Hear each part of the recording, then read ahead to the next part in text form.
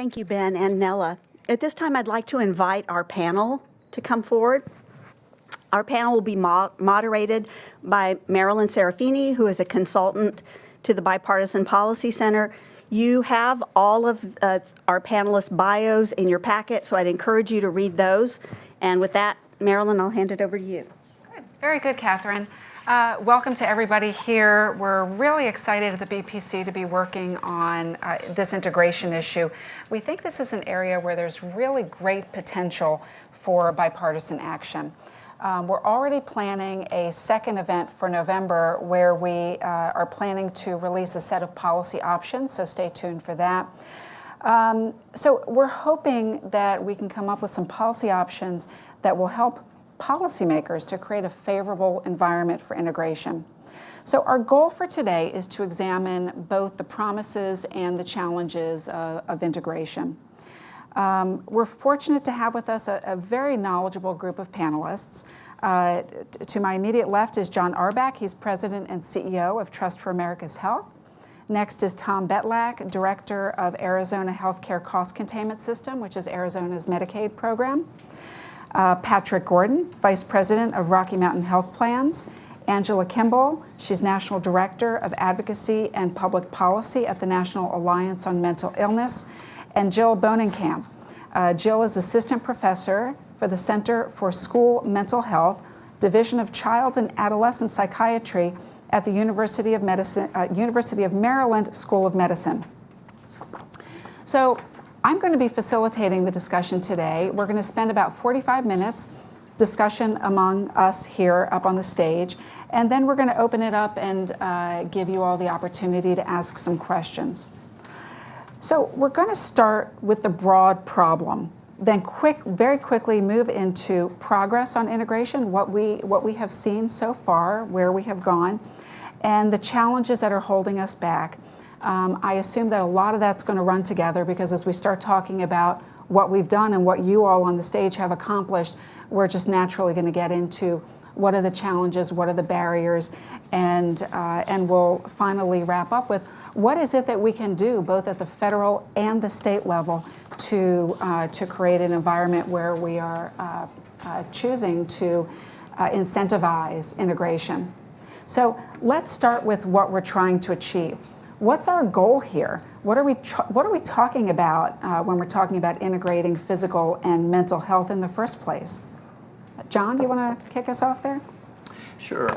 I think we're talking about being able to access health care that has the potential to address all of the needs of an individual person, rather than segmenting people by body parts or conditions to different systems or different providers.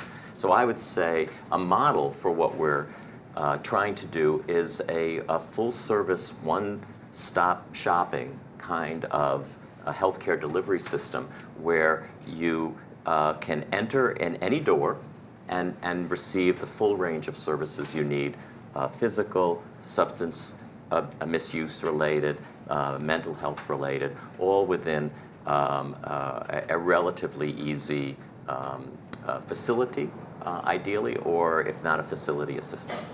So why do we want to do this? Why do we need the integration? So I'm going to build on that because Medicaid's the single largest purchaser of mental health and substance use disorder services, and what we've seen historically oftentimes is fragmentation that exists from the system design perspective. And so when you think about it, when we talk about integration, we actually talk about three levels of integration: the policy, the payer, and the provider. And really the policy and the payer need to support integration at the provider level. And so when we look at our journey in Arizona, it's oftentimes been pursuing different strategies to try and reduce that fragmentation. And the example that I like to use is if you go back and you look, and this type of system design exists in many states. For an individual with serious mental illness, oftentimes that individual may be working with a health plan for their physical health needs, a different health plan and providers for behavioral health needs, mental health, substance use disorder needs. Then oftentimes they're Medicare enrolled. So you have Medicare fee-for-service, a Medicare Part D plan, or a Medicare Advantage plan. So oftentimes you can have up to 5 different organizations involved, payers, providers in the delivery of care, and that type of fragmentation just does not equate to the holistic approach that John described. You know, from my perspective, it's interesting what you can accomplish working at the plan level, in my case, just by getting started. Just sort of taking a just do it approach to this. Integrated behavioral health is a complex topic. That's why we're all engaged here. But actually, there are significant quick wins that can be accomplished with relatively little investment or change. Certainly, the effort to get services to where people are, whether it's through primary care, through telehealth, or broader arrangements, really that's just a matter of adopting a different mindset in some cases, aligning it with work that's already well underway within the healthcare system, and working systematically to break down barriers.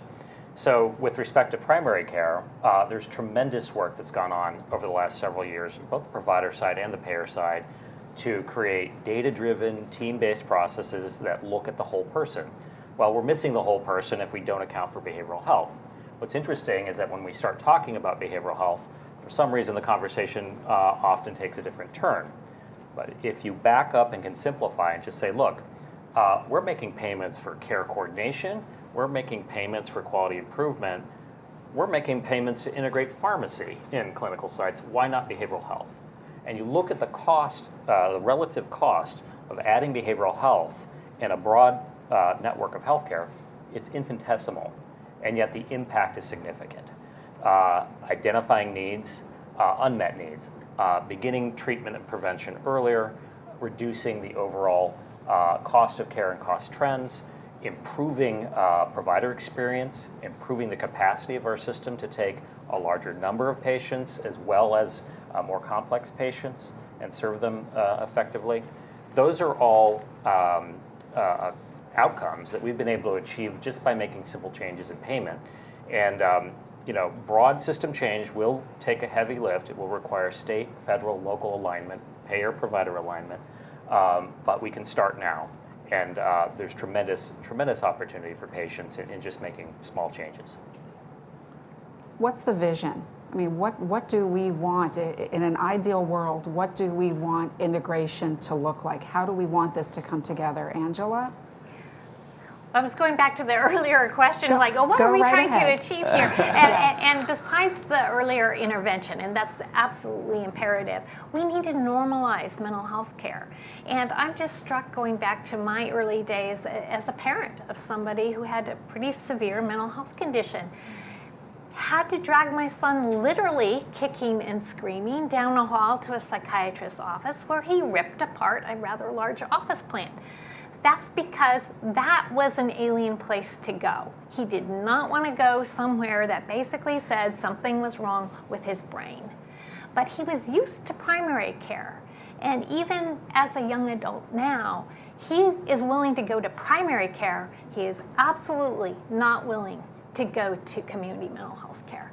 So to me, that's the fundamental goal here is we need to engage people in a way that makes it okay to have a mental health problem, makes it okay to have a substance use problem, and to get the care that people need.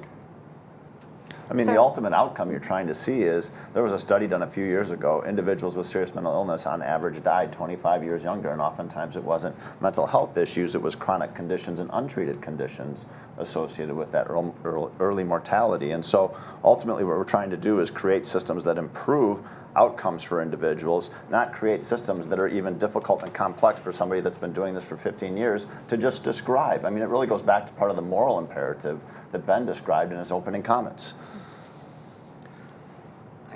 I would share what I think this looks like often on the ground.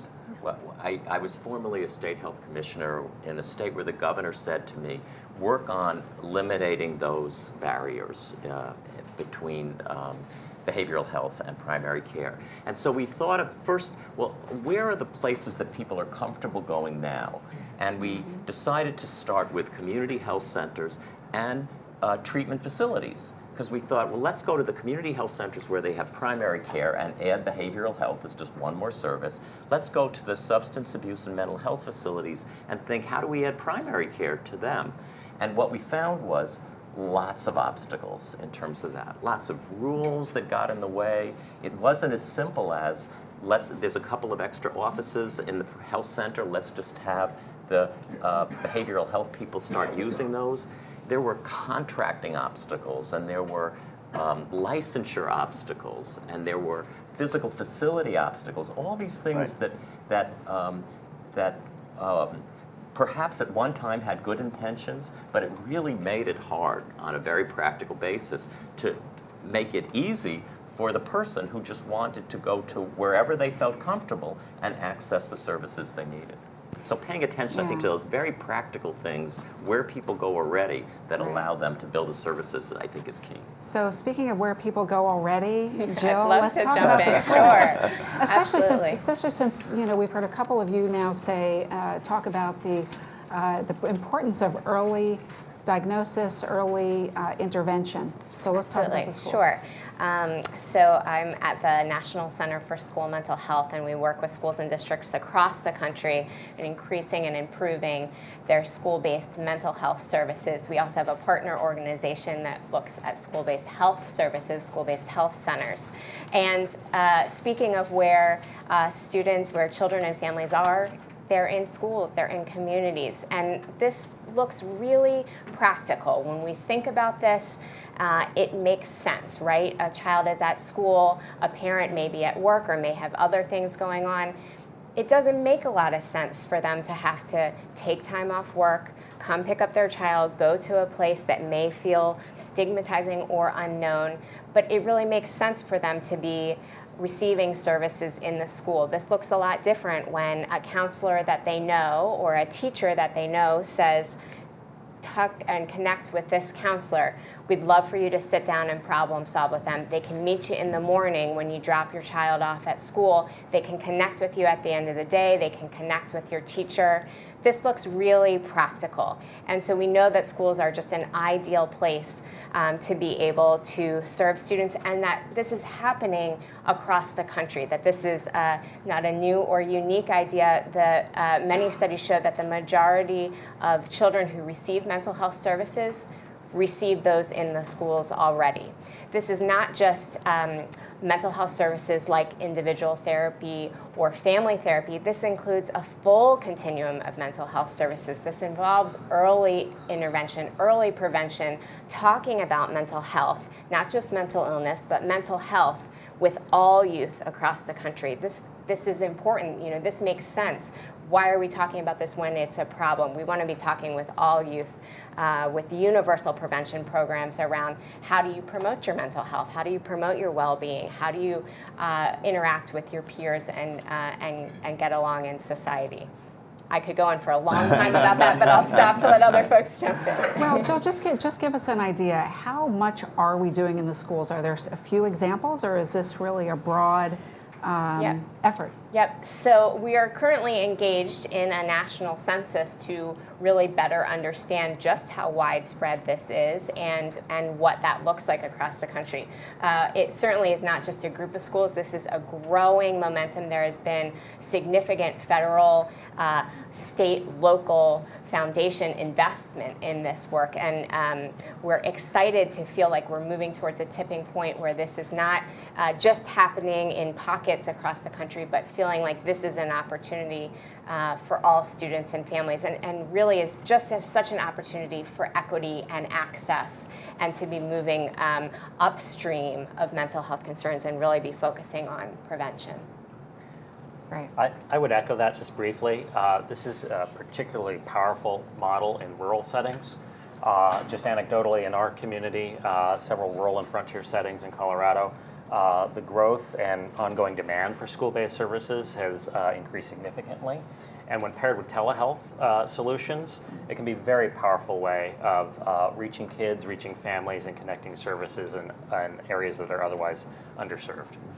And I just want to add that I'm really glad you mentioned telemental health services in those settings as well, because I think while the access is wonderful and the normalization in school-based mental health settings, one of the challenges we still see is a lot of school counselors who don't really understand more serious mental health conditions. So when you're able to loop in that telemental health and some professionals who really have experience with more severe conditions, it really helps make it a more robust response that meets people's needs. Absolutely, and when we talk about comprehensive school mental health systems, it includes school-based providers, school counselors, school psychologists, but it also includes linking with community partners and having community providers augmenting in a meaning and purposeful way those services to make sure that all of those needs can be met in the school setting. I would add that we, at Trust for America's Health, we're working now with 15 teams, a team from each state that includes the Medicaid program, the education secretary, and often the public health department, focused specifically on the ways to bring services into schools. And in almost every one of those states, they've raised behavioral health as the #1 issue. But when they've asked us for technical assistance and support, they've often said they don't know how to do telemedicine. They don't know how to do it for a lot of reasons. One is it requires real guidance from an expert in terms of the room it should be done in, who should diagnose the child before making that arrangements. But a major issue that they raise is reimbursement, because I think the reimbursement systems are still working through. Can this be billed? A lot of our billing systems are based upon a site-specific license that you can only bill if you see someone in your office in a particular address that's been registered on your license. And so I'd say this is one of those big obstacles where it makes sense, but the practicalities of it are not as easy for everyone. So I knew this was going to happen. We're clearly inching into what the barriers are, and that's fine. We want to spend a lot of time on that today. But before we jump into that any further, I'd like to get a better idea of the landscape. We've talked about what's happening in schools. Tom, I'd like you to talk about the landscape for Medicaid and what you're doing in Arizona, and then Patrick, I'd love to hear what you all are doing, and then we can go headfirst into barriers. Sure. So in Arizona, we've been on a multi-year journey where we've been really looking at eliminating the carve-out and integrating in mental health and substance use disorder services into our model. And again, back to the 3 layers that I talked about. So we had a separate state agency involved in the delivery of mental health and substance use disorder services. That got merged in with the Medicaid agency. Along with that, really, I think some important resources in areas like housing, employment support services. So as a Medicaid director now, I have the ability to sit down with staff that are focused on housing issues, employment issues, and it's really great in terms of trying to leverage a variety of different resources, including Medicaid, but even beyond Medicaid. So that's sort of the policy level, and again, looking at things very holistically. Regulations, and how do we address regulations that might be barriers to integration?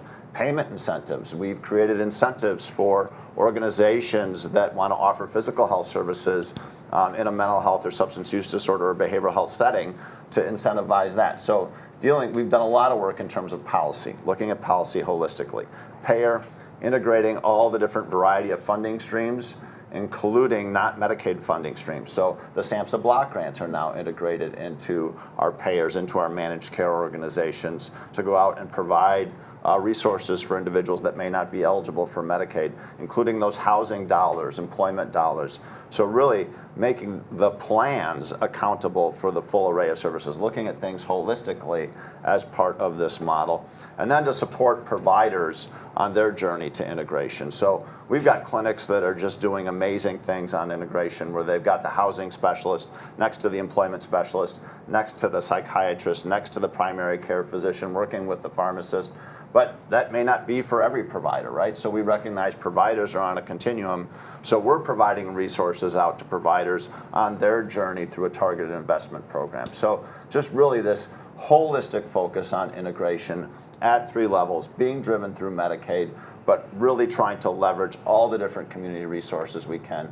And then one final point I'll just touch on is aggregating data and sharing data where we can. So we've got partnerships with all of our counties, so we're sharing justice information. We're in the process of connecting to the homeless database, sharing that information with our managed care organizations so that they can engage the members in a real-time basis. So really looking to try to leverage the unique aspects of Medicaid in terms of integration, because again, going back, we're the largest purchaser. So if we can do this, it really benefits everybody within the delivery system. What kind of results are you seeing? We're seeing some terrific results. So there was a study that was done that looked at the impact of housing, 24% reduction in cost for individuals that received some scattered housing subsidies. We're seeing increases exactly in some of the areas that we wanted to see in terms of primary care, chronic disease coordination, those types of HEDIS measures. So we're starting to see some positive outcomes. But I will tell you, this is a journey, right? These systems had this type of fragmentation for decades, and now it's breaking down those barriers. And you mentioned all the fragmentation that exists. One of them is just relationships, right? So I was in a meeting, and our largest behavioral health service provider for children's had never sat next to our Phoenix Children's Hospital CEO. And you know, there was a connection that was made that didn't exist before. Patrick?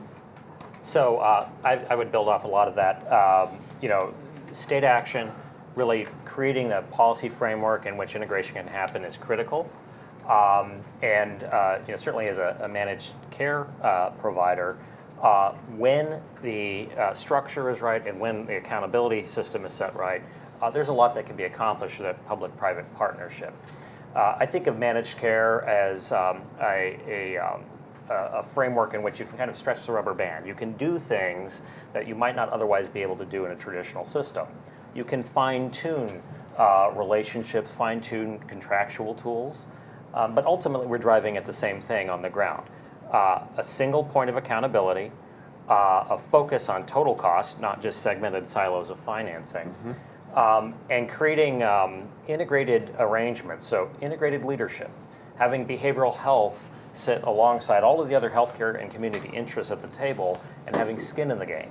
Having a financing model that basically transcends the carve-out, right? So if savings are created anywhere in the system, particularly in behavioral health, where in mental health services, community mental health services, where there's a very high leverage opportunity, giving access to some of the shared savings and reinvestment at the community level is possible when you have integrated leadership. Data, again, it's kind of a matter of fine-tuning. States can, and the feds can do big, important things with big data, but getting that data to the right place at the right time for the right purpose, managing consent appropriately, and really capitalizing on the care coordination opportunities that are present in a community system that's well run, that's a function of really local leadership. And so from my perspective, what we're trying to do is create an overall policy framework, take advantage of public-private partnerships, build on the resources that are present in things like the community mental health system, move mental health kind of into a mainstream budget, and then kind of create a feedback loop where we give feedback on regulatory and other policy changes that could occur. You know, there's a lot of legacy present in these systems, a lot of opportunity for reform, and just creating that dialogue where, you know, we can systematically point out barriers and knock them down, you know, certainly has worked well for us in our state. So we have already through our conversation started to touch on a lot of the barriers. We've heard about technology and data sharing limits. We've heard about payment models and the difficulty in aligning payment. We've heard about barriers to telehealth. What's most important here? And let's talk about some of these barriers. So I'd start with duals in terms of when you look at the barriers that exist between those two systems that for a long time. So you're talking about the people Yes, who are on both thank Medicare you. and Yes, Medicaid. right. So when you look at individuals with serious mental illness, almost 50% are enrolled in both Medicare and Medicaid, and historically those systems have not done a great job of communicating. And we've seen efforts over the last few years now where states have really tried to create models that align and create the opportunity to better coordinate care for those individuals. And so there was a study done recently on Minnesota's dual special needs program that showed over a 40% reduction in use of hospitalization, but increased use of primary care and home and community-based services. And so I think looking at continuing to build on the momentum that's already existed in the space of duals, but really pushing that forward, and particularly with models that look to address individuals with serious mental illness and really create some opportunities there. I think we also have to mention that Medicare still does not have parity. So that at a very global level still exists. And beyond that, we have other regulations that are getting in the way, like 42 CFR Part 2, which is a regulation that is around privacy information and the sharing of that personal health information, and it's much more restrictive than HIPAA. And without that alignment between 42 CFR Part 2 and HIPAA, it's creating huge barriers for electronic health records, for health information exchanges. It's just prohibiting the appropriate sharing and the integration of care. Right, as we see providers wanting to move towards integration, there really is not a great, robust, integrated electronic health record. Part of that is the limitations of Part 2 and the ability even then to see that data moved out into a health information exchange with the appropriate protections. But really, I mean, as we look at the ability to improve care coordination, that information, that data being able to be shared is critically important. So talk just a little bit more about exactly what that limitation is and what that means. How harmful is that? Well, there's an explicit omission of case management and care coordination from the revised regulation.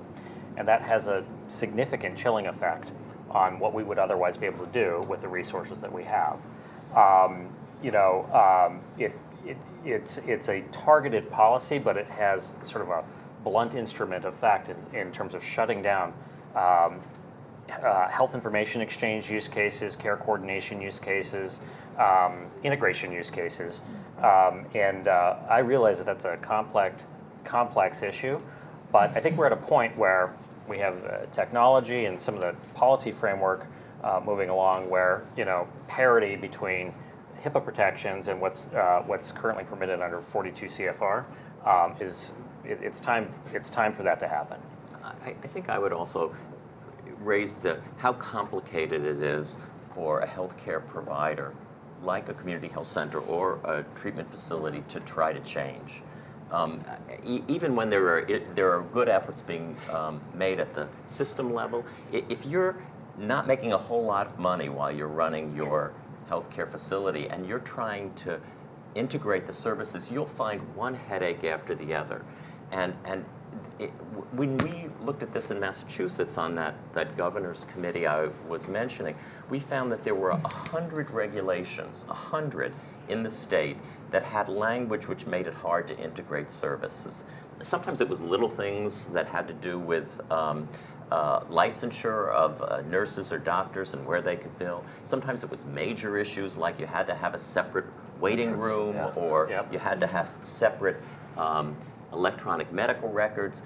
And so it meant that it just was too hard for the well-intentioned provider to easily solve those problems. So I think part of the problem is at a state level and in terms of state and federal rules and regulations, there really needs to be partnerships where people just sit down and figure out how do we make it easy? How do we help people not have to go through 20 different steps and lots of applications and telephone calls and appeals in order to be able to integrate the services? And there are some, I think, good models of how to get around that. But it takes, I think, the practical application of for the, how do we make it easy? How do we make this work so that access can be increased in a comfortable way? I would just echo, it has always struck me that it falls to providers to navigate all of those regulations and to do the braiding of funding. That is the least efficient, most burdensome way to do this. Really, it's a responsibility of the system to do that work so that providers can do what they're there to do. And the electronic health records don't support that flow at all. I mean, it's just a barrier. Well, the behavioral health electronic health records have grown up around all these very arcane, oftentimes state-specific requirements. They're light years behind the other EHRs, and we need to close that gap. So it seems as though certain systems are better set up to be able to perhaps get around some of these barriers. For example, Medicaid? Is that why we're seeing some progress in Medicaid? Or? Well, I wouldn't say we're better positioned. I would say that we clearly we're a significant purchaser, so trying to move the needle with regards to some of those changes. And again, looking at policy more holistically, I think gives us the ability to do that. But what's interesting about Medicaid, and when you look at the national framework around the policy expertise, that sits in SAMHSA. yet Medicaid's the purchaser oftentimes. And when I look at Arizona, you know, SAMHSA block grants are such a small portion, yet that's where the expertise sits. That's where the knowledge in terms of fidelity rests. There's also incredibly burdensome reporting associated with those block grants that I think oftentimes negatively impacts providers wanting to participate in some of those services. And you know, when you look at models like first episode psychosis, where you have centers of excellence being created in states, that's really oftentimes kept separate from the Medicaid program, where in Arizona, or where you have states that are aligned, you can at least target the Medicaid population towards those centers of excellence. So I think when you look at some of the federal constraints, trying to get better coordination between SAMHSA and Medicaid at the federal level would be helpful in terms of, I think, really advancing the system around integration. And I would just build on that slightly around the financing side. We know there are interventions with tremendous evidence. ACT is a great example. Act Like, Peer. What we find is that because the financing system is so fragmented and so siloed, many of those evidence-based interventions are constrained artificially. So achieving financial integration, creating a pathway for investment in things that work across the entire system is a big part of, I think, what we're talking about here. Again, there's a tremendous opportunity just building on what's present in block grant funded programs, but expanding them appropriately across the entire budget. I think it's also important to talk about the mix of payers and the fact that, you know, a lot of kids, young adults, are on private insurance. And as long as we have a country in which people are churning in terms of their covered payer, we don't have the incentives necessarily within insurance plans to actually buy into the evidence-based practices. And I think it's remarkable that in this country, the best evidence-based interventions for people with serious mental health conditions is in the Medicaid arena. And that's because we abdicated responsibility to a public health system. And I think one of our challenges is how do we get all payers on board into delivering the best, most effective care earlier? How do we do that? So let's transition a little bit That's a million-dollar into question. yeah. Let's transition a little bit into how we make still yet talk about additional barriers, but let's spend some time talking about how we address these barriers, and let's talk about federal versus state as well, because there are items in both at both levels. I would share a solution that or a creative solution that we tried in Massachusetts, which was we decided it was just too much of a headache and a complicated, drawn-out process to change 100 regulations. So we identified a person who had the authority from the governor to waive the regulations and make it easy for someone who wanted to provide services. People would just call her. She was a nurse. They would say, I want to add these services. She would then figure out all of the hurdles that had to be overcome, and she would systematically figure out how to waive those if, in fact, it was a plan that made sense and had high quality. And so it streamlined things completely. It did require that she could call up the Medicaid program, the mental health department, the public health department, and get their agreement that the waivers made sense. But I do think thinking creatively about how we kind of get around these barriers rather than to think of 20 different systems, each of which we hope will change in order for them to be fully integrated. So creatively getting around those problems with waivers, I think, may be an approach. Yeah, one thing I would say is, again, no easy answer. I love the idea of a czar or czarina. But starting at the lowest common denominator, again, in our case, primary care, foundational work. There's, again, so much that can be accomplished with relatively small changes in payment and investment. Primary care is the least invested part of the healthcare system. In our case, working across coverage types, as a private payer, we recognize it to be self-defeating to segment our payment models across Medicare, Medicaid, commercial business. Providers can't, most providers can't and will not segment what they do for their population. Our payment models can't do that. And so in our case, when we roll something out for a Medicaid population, there's a huge opportunity and obviously disproportionate need in Medicaid. But those reforms have been spread across our Medicare commercial business as well, our exchange and individual business. And that's really essential to get enough critical mass within a provider setting to drive change. So again, it can be done. Again, we've had the greatest flexibility at that foundational level of primary care, but there's a lot of logic in working across coverage types to drive change. So I think one of the things we really haven't talked about is workforce as part of this and some of the challenges associated with that. So I look at a state like Arizona and the fact that Medicare has locked in graduate medical education slots at 1996 levels, yet our state has more than doubled in size since that point in time, is a real limiter for a state like Arizona. So, all of our graduate medical education slots sit in Massachusetts. So at some point in time, I think Congress really has to look at the formulas around that and maybe look at creating incentives where we see areas of need. So child psychiatrists is a definite area of need. So wouldn't it be great to have public policy making at the federal level recognize the fact that there are growth states that have areas of need that look at important services like child psychiatry? And I would say that you have opportunity in the workforce as well. I know there's a lot of conversation that happens within comprehensive school mental health about licensure and licensure reciprocity for providing services in the schools versus providing services in the community. This looks different state by state, but that there's opportunity, that there are trained professionals that may have some barriers to providing services, and so thinking about ways to break down some of those barriers. Huge opportunities to partner with local residency programs and community resources to grow your own workforce. And again, yes, there are gaps in certain specialties like child psychiatry, of course, but also when we're talking about integration, we're oftentimes talking about the other end of the skill spectrum and creating a culture and a workforce that's readily available as a part of the community. That's the essence of the community health worker concept. That's the essence of peer concepts. And so I think a lot of the workforce and kind of acculturation work needs to happen on the lower end of the skill mix, perhaps. And I would say we're not even leveraging everything that's out there in the community.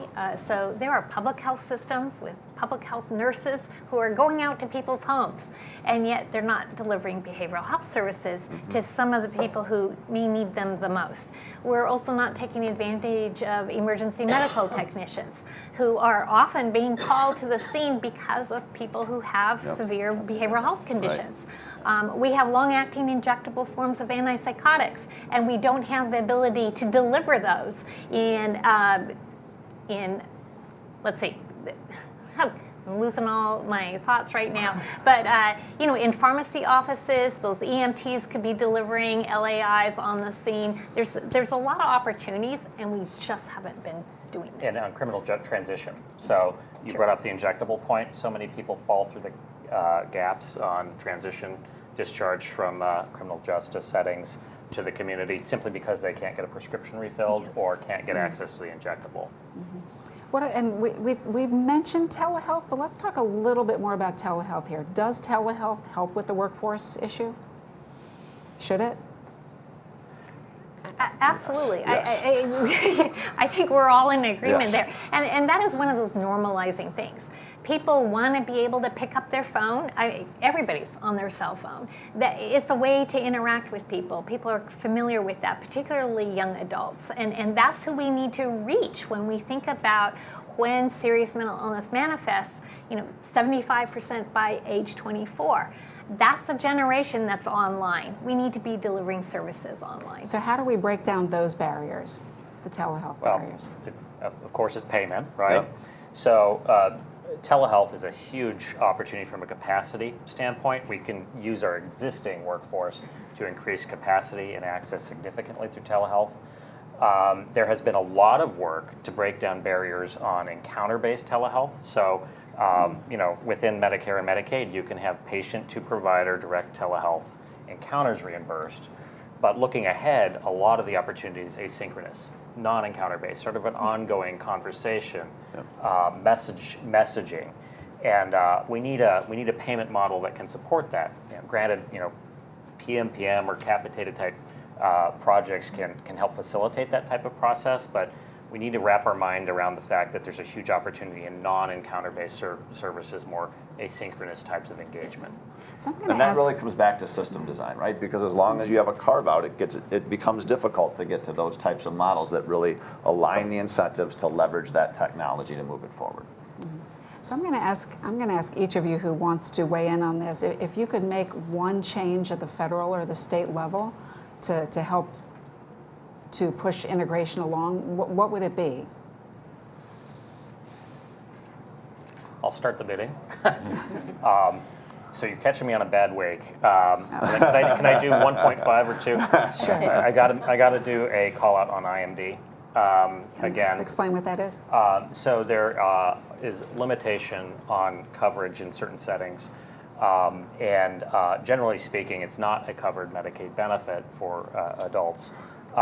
Through managed care, there's a 15-day kind of grace period that's granted in the current regulations. We need greater flexibility. We don't need to be paying for unnecessary mental health placements, but we need greater flexibility. And I think that flexibility would go a long way to reducing poor outcomes, readmissions, and additional costs that states and other payers bear. Okay, now that I have my IMD piece in, I do want to call out the point we discussed earlier, which is that going all the way with revisions and reforms to the 42 CFR to explicitly permit care coordination and case management use cases is an important change. So I think I would say create an incentive for the federal agencies to work together to solve problems and to think about things like having the same reporting systems rather than multiple reporting systems, the same a way of accessing resources that are across an agency instead of having a provider needed to figure out, well, when do I work with Medicaid, when do I work with SAMHSA, when do I work with with CDC. Solve those problems at the federal level with cross-agency coordination so that it's easier at the state level or at the provider level. Mine would be a path towards being able to leverage Medicaid for housing for a select number of individuals. So if you look back 30 years, Medicaid went down the route of being able to leverage Medicaid for home and community-based services, and we transformed the delivery system for individuals that were institutionalized in nursing facilities. And we now spend more money on home and community-based services today than we do on nursing facilities. So I would like to see the ability for states to be able to target a small number of slots for some form of residential housing support, because we know in the data that for a small subset of our population, we can improve outcomes and reduce overall costs. And I would say thinking about how we can make sure that we're focusing attention on prevention dollars. So that's what comes up most frequently in our school setting about services, is that they have options and have it figured out for providing mental health care services, but for doing prevention, school-wide prevention efforts, there's less understanding or opportunity for how to fund those options, and they're relatively less expensive and in the long run as well.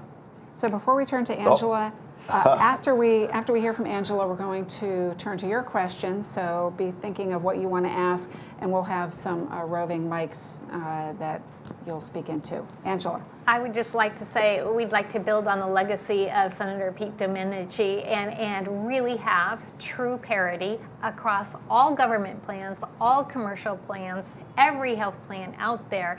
Unless we do that, we're not going to achieve what we want to have here.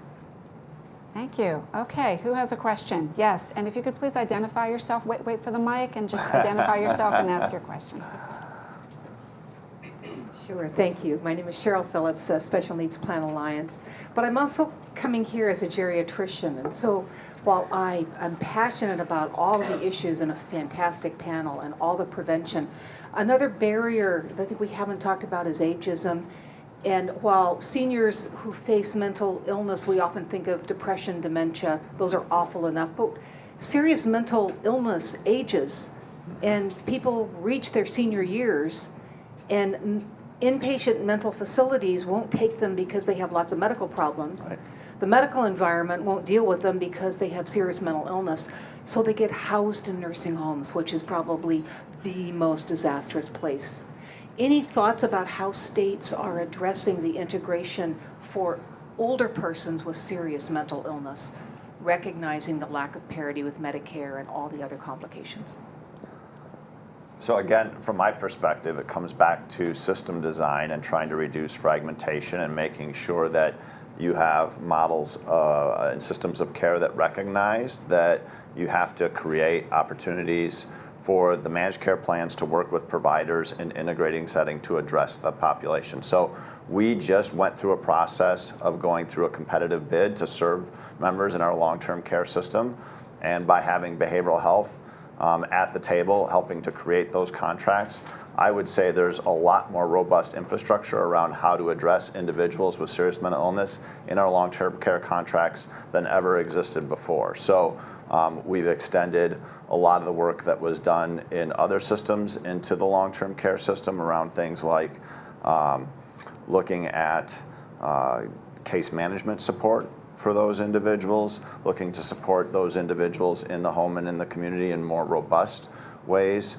and looking at having more expertise at the managed care level to work with that population. So those were some of the steps, and there's many more that we took in this contract. But to recognize that within the long-term care population, we know that we have over 2,000 individuals with serious mental illness that aged into that population. I would also add that as we've looked at the needs of the population of older adults, a major barrier has been social isolation.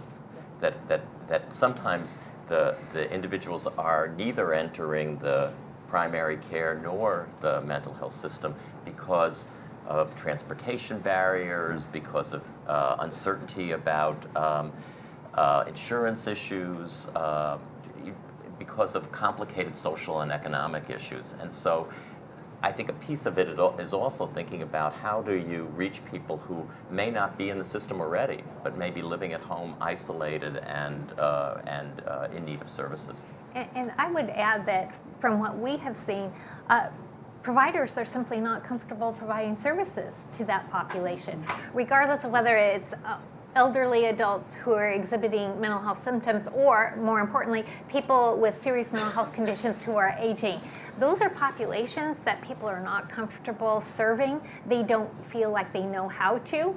And when people don't know how to effectively support those individuals, they tend to point fingers towards another system and say, they're not mine, they're yours. Okay, so a question right here. Florence Fee, I'm Executive Director. Microphone. Right behind you. Thank you, Marilyn. Florence Fee, Executive Director with No Health Without Mental Health. We are a nonprofit advocacy organization. For the last 12 years, we focused on this one issue at the policy level of behavioral health integration into primary care. And, there's a lot one can say. It's, it clearly is a very complicated, complex subject. Integrated care, both integrating behavioral health care into the medical setting as well as integrating better medical care into the seriously mentally ill, especially the behavioral health sector, which is so vitally important. But I think it's a complex, multifaceted subject, and one that we can all become easily overwhelmed. I just listened to the discussion this morning, how many areas that we've touched on. I'd like to focus on Marilyn's question about, what would be one practical, realistic thing that we could do right now, considering the multi complexity of this issue. And I would say that, as Tom has said, that, we will never have true integrated care under a fee-for-service system. And I think the value-based care delivery reform, in which accountable care organizations, patient-centered medical homes, 30-day rehospitalizations, where health systems are now being held to account for populations of patients. And these health systems are realizing that they cannot achieve their financial results without integration of behavioral health. Yep. So this is a very major transformation. It's coming at the same time as you have transformation of the primary care system, which is so underfunded. So I think this is one area we can look at in integrated care, to be a vital part of the value-based care delivery reform, be a vital part of the primary care transformation reform. And the final point I would make is I'm surprised no one mentioned the 2018 Milliman report, which an highly respected actuarial reform, which showed that potential cost savings, Yep. 36 to 68 Billion billion, where we yep. end across Medicare, Medicaid, and Yep. commercial. I think that's an important message to get across in this administration, the huge potential cost. And then finally, to underscore, we will never, until we end managed behavioral health organizations and unite medical and behavioral health care delivery as well as medical and behavioral network providers and health plans that cover behavioral health as a part of medical benefits. Until we do those things, that's out there in the future as a goal. But I think for now, focusing on our place in the value-based care delivery reform. Thanks. And it's so exciting when you see it happen. So we have the braided funding streams brought together. We have 23 assertive community treatment teams in Maricopa County alone. We have 3 that are focused on justice-involved individuals. And so when you look at the value-based stream, they measure sort of traditional measures like hospital inpatient, ED utilization, but they also measure homelessness, they measure justice involvement, and the decreases that we've seen, 76% reduction in justice-involved members in those 3 assertive community treatment teams that focus on justice-involved individuals. By braiding the funding streams, aligning the incentives, and creating value-based arrangements, it's so powerful, and it is the future, and it is the opportunity really by creating these braided funding stream structures and working with the delivery system in terms of where the future is going. Florence mentioned some payment models that we have been looking at in the recent past, such as accountable care organizations. Are models like that the answer, or do we need different models? I think that's a big question, obviously. I think the fundamental barrier, again, is fee-for-service, right? So many of these structures are well-aligned and well-intended, but the engines on which they turn are still largely volume-based. So I think, pushing ahead from the concept to deeper reform, more accountability for total cost at both the plan and the provider level. But beyond that, then, there's also a limitation in terms of payment models with respect to the types of activities that can be counted or reflected in financing arrangements. So many high-impact behavioral and social interventions can't be reflected in an account or that can be reported somewhere, but do have a tremendous impact on capacity and cost. And so part of that reform, I think, is looking at, again, our traditional system of counting encounters to measure what we pay for, as opposed to counting outcomes. And the most exciting and impactful alternative payment models will create financing arrangements for social determined interventions, community-based interventions, housing, well outside the scope of healthcare. Yep. That's where we need to push. And maybe I would highlight as an example of that, the Medicaid and Medicare's Innovation Center Accountable Health Communities pilots that are taking place now, where they funded scores of healthcare systems to do screening of the patients, not just for behavioral health, but also for social and economic issues that insurance will never pay for. But what those systems, what that model pays for is someone to not only identify the needs of the patients, but then convene the community organizations, the schools, the other groups that need to be at the table to talk about how those issues can be addressed.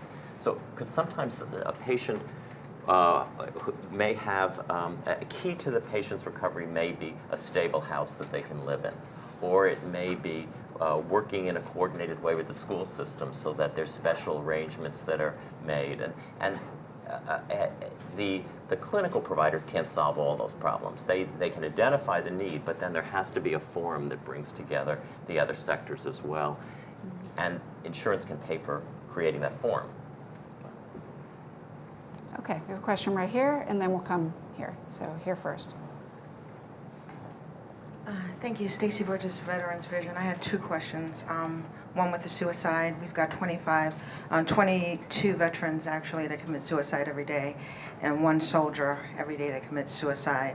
And we're off-labeling antipsychotic drugs, aka schizophrenic drugs. And most of our veterans get multiples of these drugs, as well as kids in school are getting Schedule II narcotics, be it Adderall or Ritalin.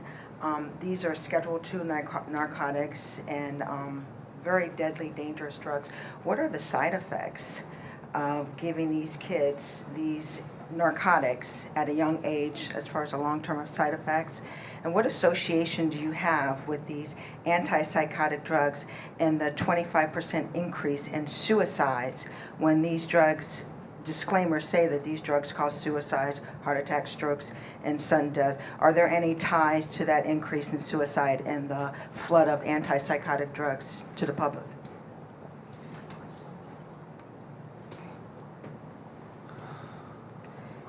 It's a hard one. Yeah, so the one thing I'll mention is, there was a GAO, I believe it was a GAO study that looked specifically at kids in foster care and out-of-home placements and the high use of antipsychotics within that population. And so I know at least in Arizona, and I think in many states, there's been concerted efforts to work with providers, to work with payers to reduce the overall use specifically for that population. So that's one subset of the question that you asked, but there's clearly initiatives within the Medicaid side in many of the states to look at the foster care out-of-home placement population. And I would just add that the use of any kind of mental health medication carries with it significant risks. They shouldn't be used lightly. We've seen over-prescribing of antipsychotics with an elderly population. And fortunately, there's some very effective initiatives going on to reduce that. But at the same time, I want to caution that the appropriate use of drugs like Adderall, the Schedule II for children with ADHD, the antipsychotics, the antidepressants are actually life-saving for some people. So I don't think it's an either or, it's a both and how do we exercise the appropriate controls and allow people to get access to what they need, because some people's lives are literally saved because of these medications. Right. So we have a follow-up question right here. I have, actually, my question was hold on, the microphone is coming. Here it is behind you. It was less about the appropriate use and more about what you see as the barriers and the opportunities to a medication record that would enable, along that continuum of care, access to the information that could be useful to liberate whatever appropriate medication use would be. So, it's a follow-up from that in terms of recognizing what the issue and the problem is, but in what way, you talked about shared data and ensuring that you have access to that data, and I know there's a lot of school-based medication use and across the system, so what barriers or opportunities do you see? Could you identify yourself, please? Katie Capps with Health 2 Resources. So opportunities for appropriate medication use when you have a more integrated medical record or whatever the case may be. Well, it's not only within the integrated medical record, it's also information that aggregates up to the plan level as well, because when you have a carve-out and you have two separate payers involved, that information is rarely shared, and so the payers don't have good information in which to assist providers with care coordination as well. So part of the strategy in terms of integration is also integrating at the payer level so that that data can be aggregated in a manner such that providers across the continuum of services have better access to information. And where that has occurred so recently, that part of the carve-out in our state, in Colorado, was ended, at least in part of the state. And so being able to see all of that data, to identify harmful interactions, to identify unexplained variation in prescribing patterns, to communicate and coordinate with prescribers is a big part of the problem, or a big part of the opportunity. And I think that again, the carve-out and some of the legacy funding and financing arrangements have contributed to adverse outcomes, and also a lot of trial error, hit and miss with respect to drugs. Also missed opportunity with promising new technologies like injectables. And I would add, we have so many people with serious mental health conditions who end up in our criminal justice and juvenile justice systems. And those systems are paid differently, Right. often have very limited access to medications, and we see people switched. So that lack of continuity is significantly impacting people's abilities to recover and live good lives. We also see that even within the difference between hospital systems and community mental health systems. So people will stop taking a medication, end up being hospitalized, get put on something entirely different, and there's a disconnect between what will work for somebody long-term in the community versus what is used in the hospital system in the short term. And I think also this is really where the integration of service, where there's knowledge across the clinical providers Right. makes a difference, because sometimes drugs that are being taken for physical conditions are contraindicated for if you're taking a drug for a mental health condition. Sometimes you may want to change your diet or counsel someone on sleeping. I mean, there's a number of different approaches that if you had a multidisciplinary team talking that through and considering how to improve the quality of life of the individual would make a difference. I mean, my own experience was for many years, I think this is changing now, the notion was only address one thing. Like particularly in terms of the mental health system, it was just focus on that. If the person smokes, if the person has high blood pressure, if the person has other problems, just focus on controlling their mental health symptoms, which actually became very harmful for the person. The person wasn't treated as a full person that had a lot of different concerns, and sometimes that would result in the patient not wanting to take their medications or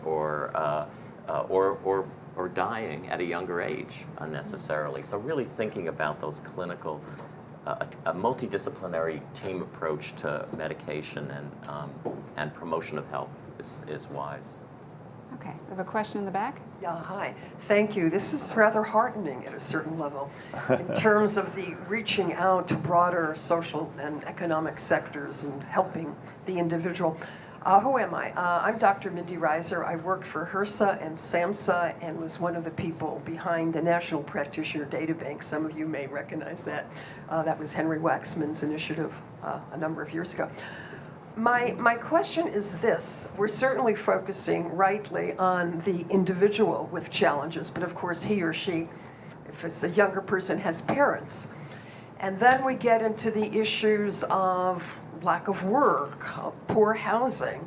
So one needs to reach not just the person, but his immediate circle and maybe even beyond, which gets us into the larger macro question, which Senator Minneke would have certainly resonated with. What are we doing when we have an administration that's wanting to cut a great deal of the funding for the initiatives that we're talking about? That ramifies to the state level. So our impetus, our advocacy has to go to funding overall, because if we're going to integrate some of the work of HUD, which certainly needs to do some good work these days, and that's really not happening very much. And if we're talking about workforce development, we're talking about economic opportunities, the money needs to be there. The impetus in certain circles of this country now is to shrivel that. So I'd like some comments on this.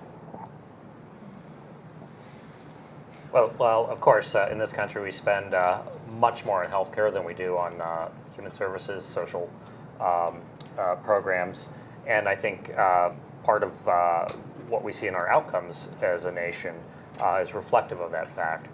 I don't pretend to have any insight into how to solve federal issues, but I do think there is tremendous power at the community level and certainly at the state level, and states can make a huge difference. Again, by integrating their own programs, by using state dollars. Again, I think Arizona is a model in that regard.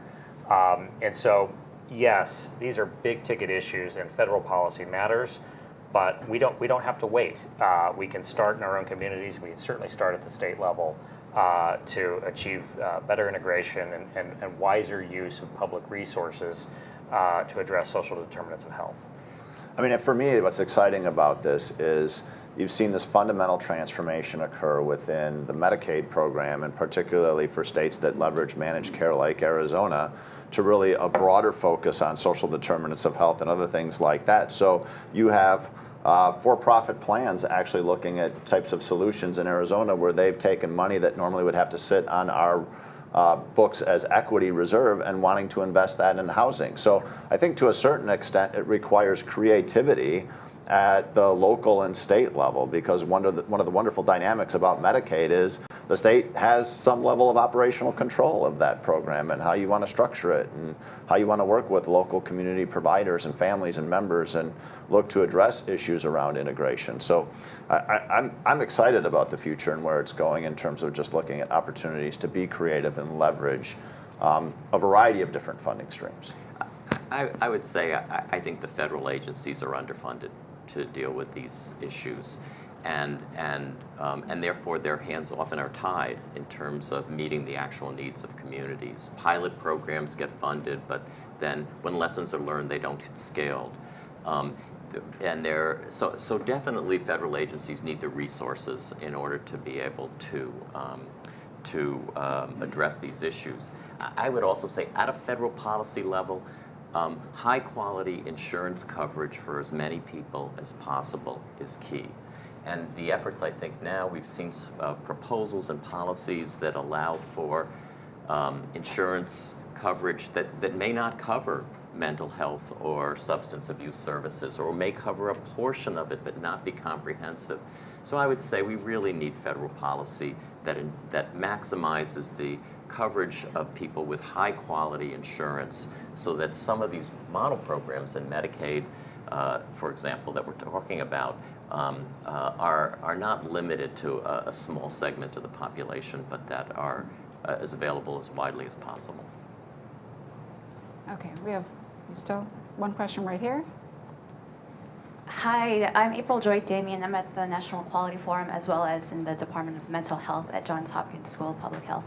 So I actually have two questions. You can feel free to answer either one. So my first question is around shared decision making and understand. We've talked a lot about what providers and their responsibility, and I feel like we throw so much at providers, but understanding how can systems and policies better support patient engagement in understanding their preferences, their values, as well as caregivers. And sometimes, I know this as both a researcher and as well as a caregiver, that sometimes patients themselves will not seek mental health services, and once they do, they might not stay in those services. And then the second question is understanding what would it take for a paradigm shift towards more strength-based approaches in understanding mental health, since a lot of the focus has been on deficits and addressing depression, schizophrenia, but my real interest is in building resiliency and trauma-informed care, and it seems that there's not a lot of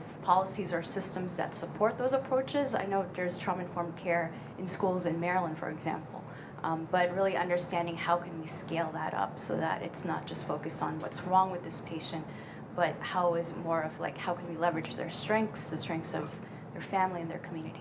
Thanks. So go ahead. Okay. Well, sorry, I can't help. You said NQF, so I was activated. So we need better measures, right? But there are huge opportunities, and we know that the engagement of an individual, the activation of an individual, sometimes just starts with a simple conversation. So in our work, we have heavily promoted the patient activation measure. And to the credit of our state, they've recognized that in incentive systems.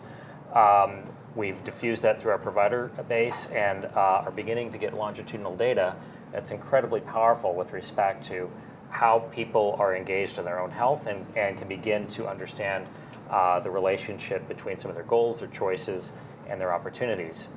The other area I would focus on has to do with the accountable health communities model. So we're working on one of those in our programs as well. The very act of asking somebody whether or not they're hungry or whether or not they feel safe when they go home can be incredibly powerful. I think the challenge in clinical settings is that when you think of it as a screening process, you screen for a risk, and then there's a tendency to desire to want to do something about it. Sometimes there's not a lot to do about it, but the act of asking is incredibly powerful. And so I would encourage the development of those types of engagement and measurement programs because, again, they start the process of activation within an individual. We can measure it, and there's evidence that it's predictive and powerful. So the last several years have been such a great learning opportunity for our organization, myself personally, as we've gone through this integration journey. One of the important lessons for me was just the power of peer services in all of this and actually extending the opportunity to support providers and allowing for a level of connection that oftentimes might not exist without the work of peers in a variety of different settings. And so, I think we just need to continue to look to be creative, and Medicaid, I think, has been a leader in this area in many states in terms of trying to leverage peer support services, family support services, and other things like that to help support providers and the member. I just want to add, and I'm glad you brought up peer support services. I think they're indispensable. There are also clinicians out there that simply ask the question, like you mentioned, Patrick. For my son, for example, when he recently had a psychotic break, he did not go to a hospital because he said, I'm psychotic and I need help. He went to a hospital because a great clinician said, it sounds like you're not sleeping well and that's bothering you, right? Yes, I want to sleep. And my head hurts. Yes, we can help you with that. And he was able to go to a hospital because his head hurt and he couldn't sleep, not because he was going to admit that he was psychotic. Right? So we need systems that incentivize people to really ask those questions. But the irony here is we have systems that are set up that the criteria for being admitted to a hospital is dangerousness to self or others. So until we start fixing some of those dichotomies, we don't get to a place where we're really focusing on what's meaningful to the individual. What goals do they have in life? Why do they want to seek care? Instead, we make it as hard as humanly possible, and we have to bridge things that don't bridge easily. Okay, do you have a question? Okay, this is our last question, and then we're going to wrap up. It's coming. I'll be good. Hi, I'm Doug Tynan from the American Psychological Association, the Office of Integrated Care. And in my work with the Delaware State Health Innovation, we discovered that even though the perception was that all the family practice was provided by one system, Christiana Care, we found hundreds of family practice providers in solo and two-provider practices. Then we also discovered hundreds of mental health providers in solo and two-provider practices. So while we've discussed large systems, my question is, how do we create incentives for these small businesses, which is what private practices are, to make this a viable business model, to make integrated care a viable business model for the small practices? Because the guilds, family practice, internal medicine, psychology, psychiatry, focus on their professionals only. They don't work together. So that's my question. How do we, for all the, particularly those rural, far-out communities where we often have small practices, how do we make integrated care a viable business model? Really quickly, I would just say we should not assume that it can't work in those settings. In our experience, it has, again, with appropriate payment support. Some of our best performing provider groups are our smallest provider groups. And again, so for what it's worth, in system design, coming up with a system that doesn't just assume you need a massive, heavily capitalized ACO to do anything, or any other, a big FQHC system, whatever it is, but a set of criteria that can work across all of those settings and draw objective conclusions and make objective investments.